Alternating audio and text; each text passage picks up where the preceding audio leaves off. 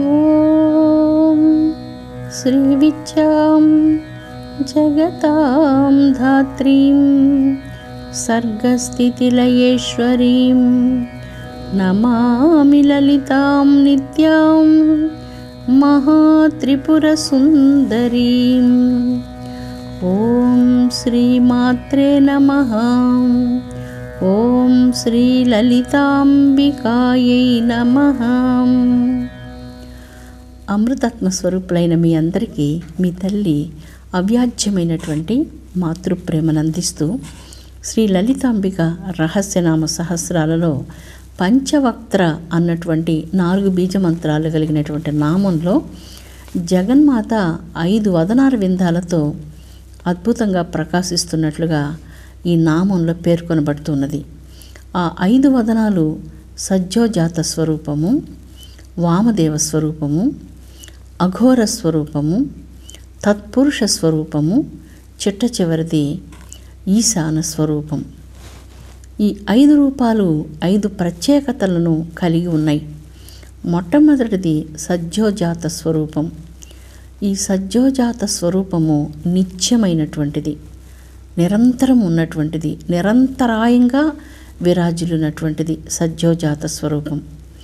ఈ పంచ బ్రహ్మ మంత్రాలలో మొట్టమొదటిది సజ్జోజాత స్వరూపం నిత్యము, వామదేవ స్వరూపం సత్యస్వరూపమైనటువంటి సత్య సాక్షాత్కారాన్ని ప్రసాదిస్తున్నది, అఘోర స్వరూపం శాంతిని ప్రసాదిస్తున్నది, తత్పురుష రూపం దాక్షారామంలో ఉన్నటువంటి రూపం సాక్షాత్తుగా ఆత్మయే అక్కడ విరాజిల్లుతూ ఆత్మసిద్ధిని ప్రసాదిస్తున్నది. చిట్ట చివరిది ఈశాన రూపం. ఈశానగా సర్వవ్యాపకమైనటువంటి బ్రహ్మం. అలాంటి సర్వవ్యాపక బ్రహ్మజ్ఞాన సిద్ధిని అనుగ్రహించినటువంటిది ఈశానలింగం. ఈ పంచకోశాలు మానవ దేహంలో ఉన్నటువంటి ఈ పంచకోశాలలో ఉన్న సంస్కారాలు పవిత్రీకరించబడేందుకోసంగా ఈ పంచబ్రహ్మ మంత్రాలను భక్తులు ప్రతినిత్యం పారాయణం చేస్తూ ఉంటారు. స్వామివారికి మంత్రపుష్పం సమర్పిస్తూ ఉంటారు. ఇలాగా ఈ పవిత్రమైనటువంటి క్షేత్రాల యొక్క మహిమ వర్ణనాతీతమైనటువంటిది. ఈ దినం మనం వామదేవ స్వరూపాన్ని గురించి చెప్పుకుంటాం.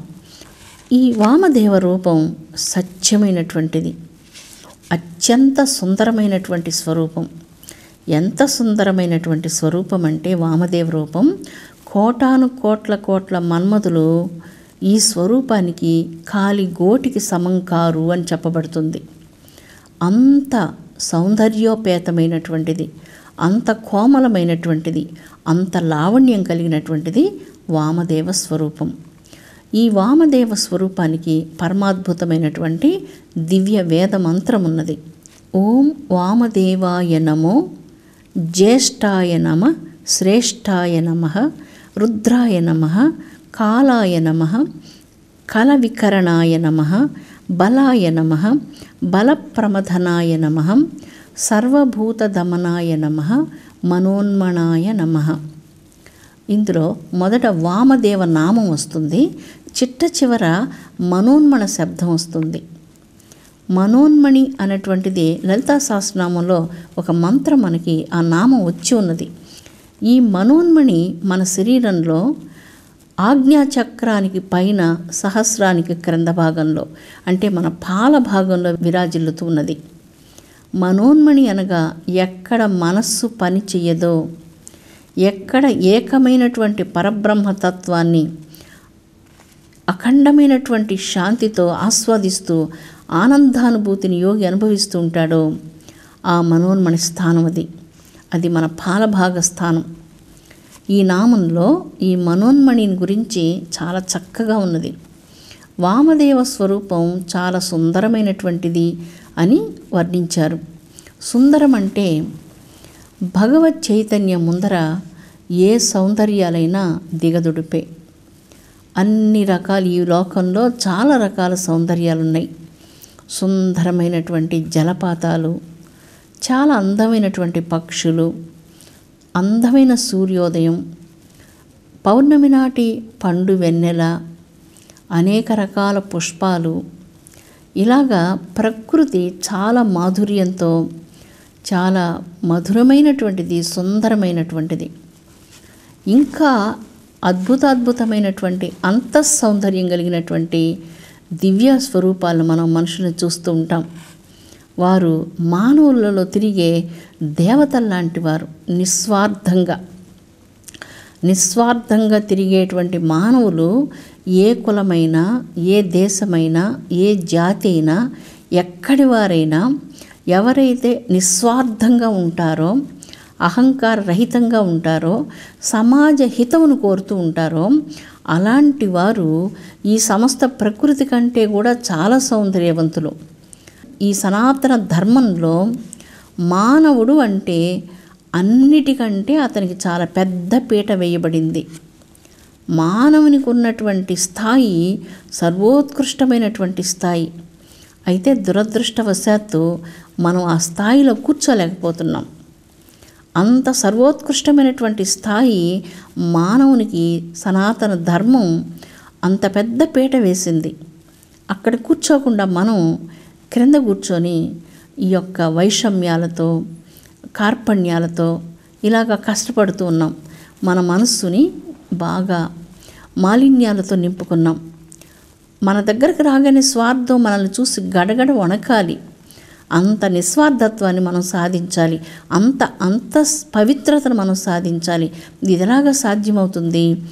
ఎన్ని రకాలైనటువంటి ఘోరాతి ఘోరమైన పాపాలు చేసినప్పటికీ ఏ మానవుడైతే అనన్యమైనటువంటి భక్తితో శివ పూజను ఆచరిస్తున్నారో, లేదా శ్రీచక్ర పూజను ఆచరిస్తున్నాడో, అతని కోటాను కోట్ల జన్మల మహాపాతకాలు భస్మీభూతమవుతున్నాయి.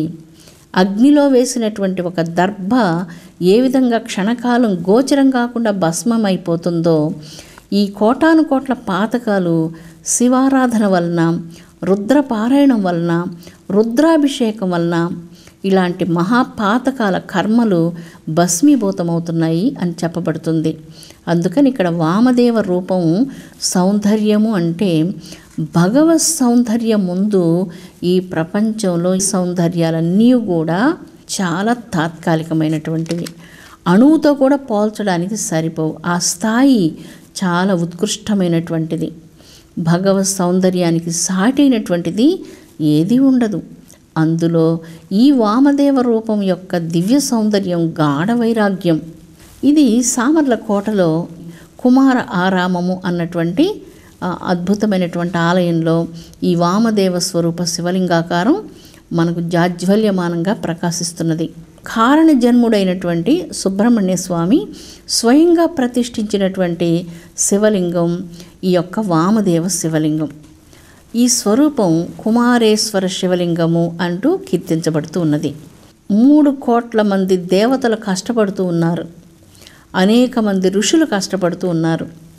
ఇంతమంది కోసం ఒక బాలుడు యుద్ధం చేసి ఒక్క రాక్షసుని నిగ్రహించి ఈ 3 కోట్ల దేవతలకు శాంతిని ప్రసాదించాడు. 3 కోటి ఋషులందరికీ శాంతిని ప్రసాదించాడు. ఇంత అద్భుతమైనటువంటిది కుమారస్వామి స్వరూపం. ఈ కుమారస్వామి శివలింగాన్ని పూజిస్తే ఏం కలుగుతుంది? పితృదోష శాంతి, మాతృదోష శాంతి, అంగారక దోషాల శాంతి, సర్పశాంతి, అర్ధకాల సర్పశాంతి, కాలసర్పదోష శాంతి, ఇలాంటి అనేక రకాల దోషాలన్నీ కూడా తొలగిపోయి మానవులకు మంచి కళ్యాణం, మంచి సంతానం, ఇవన్నీ కూడా ఈశ్వరుని యొక్క ఆశీర్వచనం చేత మానవులకు చాలా శుభాలను స్వామివారు కలిగిస్తారు. అంత సర్వోత్కృష్టమైనటువంటిది ఈ కుమారస్వామి ప్రతిష్ఠించినటువంటి ఈ వామదేవ శివలింగం. చాలా ఎత్తైనటువంటి లింగం, చాలా అద్భుతంగా ఉంటుంది ఈ శివలింగం. సామాన్యమైనటువంటిది కాదు.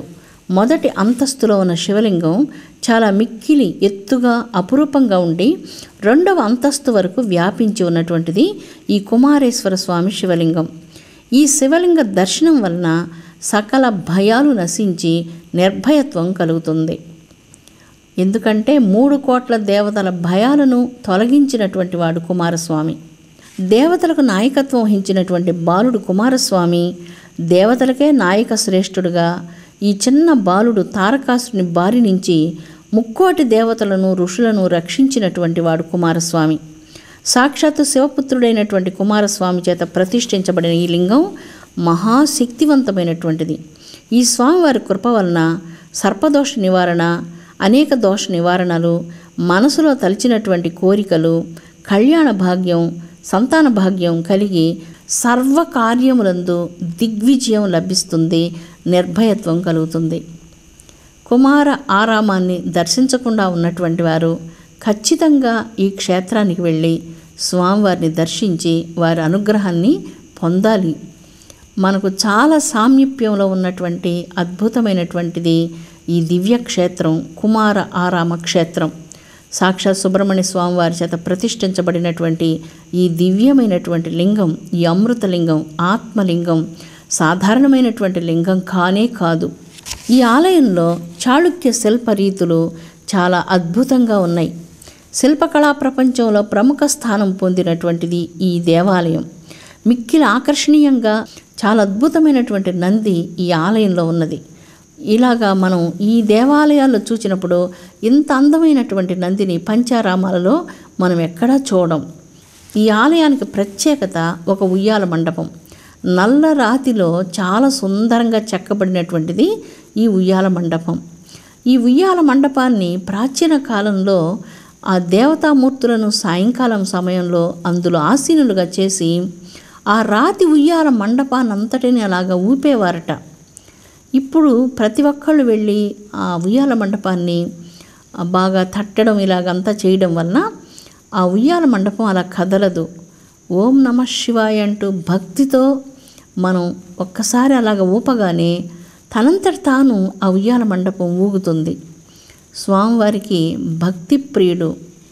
ఆయన భక్తిని చాలా ఇష్టపడతారు. భగవంతునికి మనం సమర్పించేటువంటి వస్తువులలో అన్నిటికంటే శ్రేష్టమైనటువంటిది, సర్వోత్కృష్టమైనటువంటిది భక్తి మాత్రమే. మనం మన బిడ్డ మీద భక్తిగా ఉండలేం, మన స్నేహితుడి మీద భక్తిగా ఉండలేం, తోటి వ్యాపారస్తుల మీద ఎవరు భక్తిగా ఉండరు, తన ఇంట్లో పనిచేసేటువంటి వ్యక్తుల మీద భక్తిగా ఉండరు. మన మిత్రులు, పరిచయస్తులు వీళ్ళందరి మీద మనం భక్తిగా ఉంటాం, ప్రేమగా ఉంటాం, భక్తిగా ఉంటాం. భక్తి ఎవరి మీద మనకు కలిగి ఉంటుంది? భగవంతుని మీద మాత్రమే మనకు భక్తి కలిగి ఉంటుంది. కాబట్టి భక్తి ప్రియుడైనటువంటి ఈశ్వరుణ్ణి శివానంటూ మనసులో స్మరించి ఈ ఊయల మండపాన్ని స్పర్శిస్తే తనంతట తాను కదిలే అద్భుతమైనటువంటి చిత్రం ఈ దేవాలయంలో ఉన్నది. భారతదేశం అద్భుతమైనటువంటి దేశం, చాలా అద్భుతమైనటువంటి దేశం, చాలా సర్వోత్కృష్టమైనటువంటి దేశం. ఈ ప్రపంచంలో ఎక్కడ చూసినా ఎంత అద్భుతాలు మనకి ఎక్కడా గోచరించవు. ఒక ఉయ్యాల మండపాన్ని మనం రాతితో ఉన్నటువంటి దాన్ని తనంతట తాను కదులుతున్నది. ఆ శిల్ప రీతిని చూసి తీరవలసిందే, మాటలతో వర్ణించతరం కానటువంటిది. చాళుక్య శిల్పం అంత అద్భుతంగా చెక్కి చాలా శోభాయమానంగా ఉన్నది. ఈ కుమార ఆరామ దేవాలయం 2 అంతస్తులతో ఉన్నటువంటి అపురూపమైనటువంటి దివ్య భవనం, ఈశ్వరుని యొక్క దివ్య లీలా భవనం అని చెప్పుకోవచ్చు. స్కంద పురాణంలో, శివ పురాణంలో కుమారస్వామిని గురించి చాలా విశేషంగా మనకు కుమారస్వామి వారు ఎక్కడెక్కడ ఈశ్వరలింగాలు ప్రతిష్ఠించారు, ఎక్కడెక్కడ జపాలు చేశారు, ఇవన్నీ వస్తాయి. త్రిపురాంతకం కుమారస్వామి యొక్క ప్రదేశం. ఆ గిరినే కుమారగిరి అంటారు. అక్కడ స్వామివారు సుబ్రహ్మణ్యేశ్వర స్వామి నిత్యం ధ్యానం చేసుకుంటూ ఉంటారు. ఆ క్షేత్రానికి పరమేశ్వరుడు అమావాస్య రోజు వచ్చి కుమారస్వామిని తనివి తీరా చూసుకొని సంతోషించి తన బిడ్డతో కొంతసేపు గడిపి వెళ్తారు. అదేవిధంగా పౌర్ణమి నాడు జగన్మాత గౌరీదేవి అక్కడికి వచ్చి తన బిడ్డతో కొంతసేపు తల్లి గడిపి తన బిడ్డ యొక్క యోగక్షేమాలను చూచి వెళ్తుంది. ఇది ఇలాగ సుబ్రహ్మణ్య స్వామి ఏ ఏ క్షేత్రాలలో ఈ దివ్యమైనటువంటి లీలలు జరుగుతూ ఉంటాయో ఈ క్షేత్రాల యొక్క దివ్యత్వం అంతా కూడా స్కాంద పురాణంలో చాలా గొప్పగా వివరించబడింది. అంతేకాదు శివపురాణంలో కూడా ఈ విశేషాలు చాలా ఎక్కువగా వర్ణించబడ్డాయి. వామదేవ స్వరూపం చాలా సౌందర్యంగా గాంభీర్యంగా ఉన్నది. అక్కడికి వెళ్ళి మన మనోనేత్రాన్ని తెరచి స్వామివారిని దర్శించాలి. భక్తితో స్వామివారికి అభిషేకం చెయ్యాలి, పూజ చేయాలి. మాకు మనసుని ఉన్మణి చేయమని స్వామివారిని ప్రార్థించాలి. అంతర్ముఖమైనటువంటి స్థితిని అనుగ్రహించమంటూ వేడుకోవాలి. అలాగా వేడుకోవాలి. ఎప్పుడు మనం ప్రాపంచిక విషయాసక్తిలో మునిగిపోతూ ఇవే కావాలని ఏదో ఒక కోరికతో దైవం దగ్గరికి వెళ్లకుండా ఒక్కసారైనా ఏ కోరికలు లేనటువంటి హృదయంతో దేవాలయానికి వెళ్ళాలి. దేవాలయానికి వెళుతున్నామంటే దేవుని ఎదురుగా నిలబడగానే నిరంతరం కోరికలతోనే దైవం ముందు నిలబడకూడదు. ఎప్పుడైనా ఎక్కడైనా మీ మనస్సును నిగ్రహించగలిగితే, మీ మనస్సును పవిత్రీకరించుకోగలిగితే ఆయన మీ అంతరంగంలోనే ప్రత్యక్షంగా స్పష్టంగా జాజ్వల్యమానమైనటువంటి దివ్య తేజస్సుతో దర్శనం ప్రసాదిస్తారు. అద్భుతమైనటువంటి బ్రహ్మ మాత్రమే ఉన్నది, రెండవ తత్వం లేదు అన్నటువంటి సత్యాన్ని మనం గుర్తిస్తాం. అమృతాత్మ స్వరూపులారా, ఈ వామదేవ స్వరూపం చాలా అద్భుతమైనటువంటిది.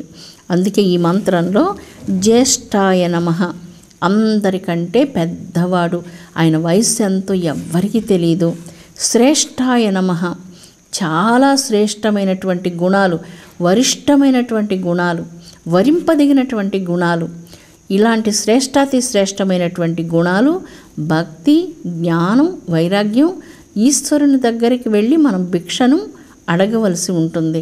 రుద్రాయ నమః, ఆ రుద్రాయ నమః అంటే ఋతం ద్రావయతే. ఋతం అంటే సంసార దుఃఖాన్ని దూరీకృతం చేసేటువంటిది ఈశ్వర స్వరూపం. కాలాయ నమః, కల వికరణాయ నమః, అనంతమైనటువంటి కాలచక్రం, కాలస్వరూపంగా పరమేశ్వరుణ్ణి ఈ యొక్క దివ్య వేద మంత్రంలో ఇలాగ వర్ణిస్తున్నారు. పరమేశ్వర, మమ్ములను అనుగ్రహించు, మా అంతరంగాన్ని పవిత్రీకరించు. మానవ జీవిత లక్ష్యాన్ని ఏ విధంగా మహర్షులకు తెలియచేశావో దక్షిణామూర్తివై, అలాగే మా హృదయంలో నిశ్శబ్దంగా మానవ జీవిత లక్ష్యాన్ని ఒక్కసారి నీవు ప్రవేశపెట్టి మమ్ములను అనుగ్రహించు అంటూ వేడుకుందాం. ఎప్పుడైతే ఆత్మజ్ఞానం మీదనే మన దృష్టి ఏకాగ్రమవుతుందో ఆనాడు మన జన్మ ధన్యమవుతుంది.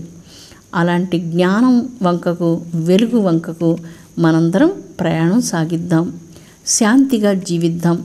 పరమేశ్వరార్పితమైనటువంటి అంతరంగంతో, పరమోత్కృష్టమైనటువంటి శాంతితో ఈ జీవితాన్ని మనందరం సాగిద్దాం. ఓం శాంతి శాంతి శాంతి.